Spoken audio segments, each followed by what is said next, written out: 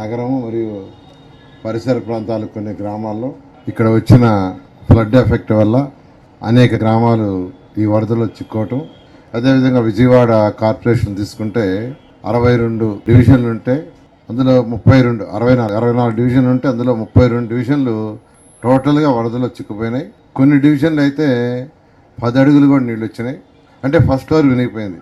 కొన్నిట్లో 8 అడుగులు, 6 అడుగులు, 4 అడుగులు ఇలా రావటానికి ఏంటంటే గత 200 సంవత్సరాల్లో ఎప్పుడు రాని విధంగా ఒకేసారి వర్షం రావటం, బుడమేరు పొంగటం, గండ్లు పట్టడం, అదేవిధంగా కృష్ణా రివర్ కూడా ఎప్పుడు రాని విధంగా 11.43 లక్షల క్యూసెక్కులు వాటర్ రావటం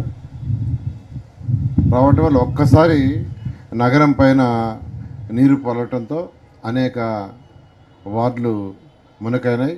అయితే ముఖ్యమంత్రి గారు వెంటనే స్పందించి ఆ స్పాట్కి రావటం, చూడటం, వెంటనే సహాయక చర్యలకు అన్ని డిపార్ట్మెంట్ని, అందరు మినిస్టర్లని, ఎమ్మెల్యేలని, అధికారులను అప్రమత్తం చేసి అందరికీ వర్క్ అలాట్ చేశారు, ఎవరెవరు వచ్చారని.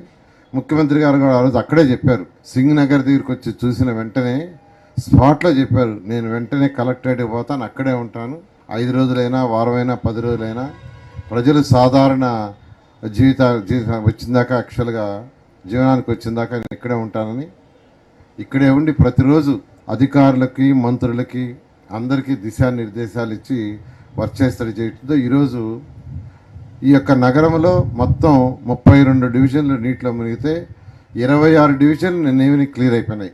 శానిటేషన్ కూడా పూర్తి చేస్తాం.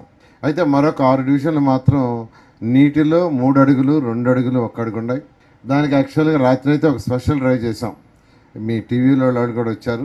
రాత్రి నున్నగబోయే రోడ్లు యాక్చువల్గా ఒక పక్క 4 అడుగుల ఎత్తులో లెఫ్ట్ సైడ్ వాటర్ ఉంది, రైట్ సైడ్ 4 అడుగులు డౌన్లో ఉంది.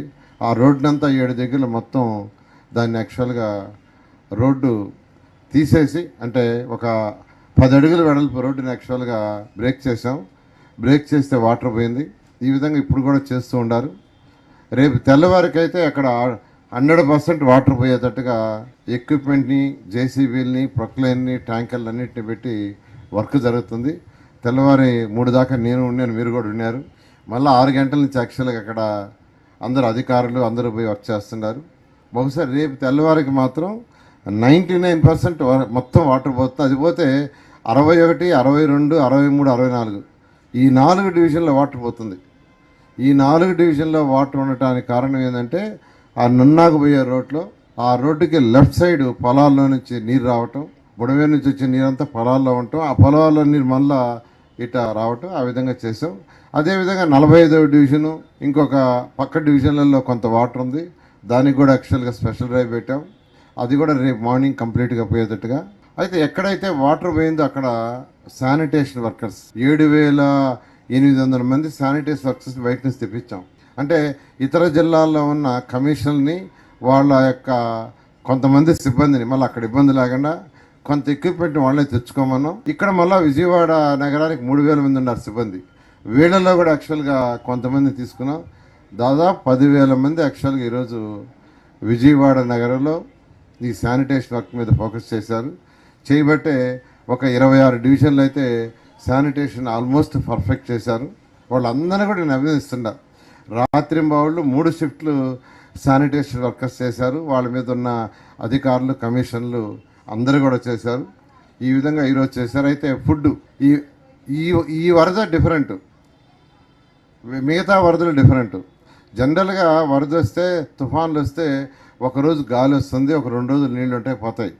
కానీ ఈసారి ఏమైందంటే వాటర్ ఎక్కువైపోయింది, 10 అడుగులు రావటం, అది పోవటానికి కూడా లేకుండా ఉండటం వల్ల ఏంటంటే ఎక్కువగా సఫర్ అయ్యారు. అయితే దాన్ని మినిమైజ్ చేసాం ఆ సఫరింగ్ని. అయితే శానిటేషన్ ఒకటి, ఫుడ్ కూడా ముఖ్యమంత్రి గారు ఒకటి చెప్పారు, ఎవరికి ఏం కావాలో చేయమన్నా చెప్పారు. దానికి గుంటూరు నుంచి, నెల్లూరు నుంచి, ప్రకాశం నుంచి, తర్వాత బాపట్ల, అదేవిధంగా ఈస్ట్ గోదావరి, వెస్ట్ గోదావరి, ఇలా అన్ని, అంటే కృష్ణాకి చుట్టుపక్కల ఉన్న అన్ని దగ్గర అంటే దాదాపు 150-250 కిలోమీటర్ దూరం నుంచి కూడా ఫుడ్ తెప్పించాల్సి వచ్చింది. ఎందుకంటే 10,000 మంది వర్కర్స్ ఉన్నారు. రోజు 3 లక్షల మంది ఫుడ్ పంపించాం. 3 లక్షల కుటుంబాలకి దాదాపు ఒక రోజైతే 12 లక్షల ప్యాకెట్లు పంపించాం. తర్వాత అంతా 10 లక్షలు, తర్వాత 8 లక్షలు, 6 లక్షలు, అలా నిన్న కూడా యాక్చువల్గా 3 లక్షల ప్యాకెట్లు యాక్చువల్గా పంపించడం జరిగింది. డ్రింకింగ్ వాటర్ అయితే ఒకరోజు 30 లక్షలు ఇచ్చాం, 26 లక్షలు, 20 లక్షలు, ఇప్పుడైతే 12 లక్షల వాటర్ ఇస్తున్నారు. బిస్కెట్ ప్యాకెట్స్ కూడా ఒకరోజు 12 లక్షలు ఇచ్చాం, 10 లక్షలు, 8 లక్షలు, ఇవాళ కూడా యాక్చువల్గా 3 లక్షలు ఇచ్చారు. మిల్క్ అయితే ఒకరోజు 10 లక్షలు ఇచ్చాం. ఆ విధంగా ఇప్పుడైతే ఈరోజు అయితే 2 లక్షల చెల్లిస్తున్నారు. రేపు ఎల్లుండి కూడా ముఖ్యమంత్రి గారు ఒకటే చెప్పారు, వాళ్ళు పూర్తిగా కోరుకున్న దాకా ఫుడ్ అడిగితే ఇవ్వమన్నారు. ఆ విధంగా ఏర్పాటు చేస్తున్నాం. అయితే వాటర్ కనెక్షన్స్ ఈ 32 వార్డులలో 77,000 కనెక్షన్స్ ఉన్నాయి. నిన్న ఈవినింగ్కి 77,000 కనెక్షన్స్ కంప్లీట్ చేసాం. అయితే నిన్న ఎవరైతే ఇచ్చామో వాళ్ళకి 12వ తేదీ దాకా తాగొద్దన్నాం ఆ నీళ్ళని. ఇంట్లో వాడుకోమన్నాం, స్నానానికి కానీ ఇతర అవసరాలకి, టాయిలెట్స్ కోట్లకి. డ్రింకింగ్ మాత్రం 12th తర్వాత చేయమన్నాం. 12వ తేదీ దాకా నిన్న వాటర్ కనెక్షన్ ఇచ్చిన వార్డులలో నిన్న ఇచ్చింది కూడా 12,000 కనెక్షన్స్. ఆ 12,000 కనెక్షన్స్ మాత్రం 12వ తేదీ దాకా డ్రింక్ చేద్దాను. ఎందుకంటే ఆ ఏరియాలో ఇంకా కొద్దిగా వాటర్ ఉంది. ఆ వాటర్ ఈ పైపుల్లోకి పోతే దానివల్ల అనేకమైన రోగాలు రావచ్చు. అందువల్ల వాటిల్లో మాత్రం తాగొద్దని యాక్చువల్గా చెప్పడం జరిగింది. 12వ తేదీ నుంచి తాగొచ్చు. దానికి మైక్ అనౌన్స్మెంట్ కూడా చేయడం జరిగింది. ఈ విధంగా ఫుడ్ విషయంలో ఎక్కడ ఇబ్బంది లేకుండా చేసాం. అయితే అక్కడక్కడ ఏంటంటే ప్రతిరోజు అంటే పులిహారమో లేకంటే కర్డ్ రైస్ లేకంటే ఏదైనా బిర్యానీ అయినా చేయటం వల్ల 10 రోజులు అదే తినటం వల్ల దానివల్ల కొంత డిస్సాటిస్ఫాక్షన్ ఉంటుంది. అయితే ఇంత లార్జ్ స్కేల్లో చేసేటప్పుడు మనకు అటువంటివి తప్పితే వేరే చేయలేము. అందువల్ల దానివల్ల కొంత డిస్సాటిస్ఫాక్షన్ తప్పదు. అది అంటే మనం రియాలిటీని తీసుకోవాలా. కొద్ది మంది అయితే ఇబ్బంది లేదు. ఈ విధంగా యాక్చువల్గా ఫుడ్ విషయంలో నీరు, మిల్క్ విషయంలో అన్ని జాగ్రత్తలు తీసుకోవడం జరిగింది. ప్రతిరోజు ముఖ్యమంత్రి గారు IVRS ద్వారా మరియు ఫిజికల్గా మనుషులు పంపించి సర్వే రిపోర్ట్స్ తీసుకొని ఎప్పటికప్పుడు మాకు డైరెక్షన్ ఇవ్వడం జరిగింది. దానివల్ల ఏ డివిజన్లో ఏ సచివాలయంలో ఇబ్బంది జరిగిందో దాన్ని రెక్టిఫై చేసుకుంటా రావటం జరిగిందండి. 26 డివిజన్లు ఆల్మోస్ట్ కంట్రోల్కి వచ్చిందండి. 6 డివిజన్లు రేపు తెల్లవారికి కంట్రోల్కి వచ్చేదిగా ప్లాన్ చేసాం. 99% రేపు మార్నింగ్ అవుతుంది. ఏదన్నా మిగిలి ఉంటే రేపు మధ్యాహ్నానికి అవుతుంది.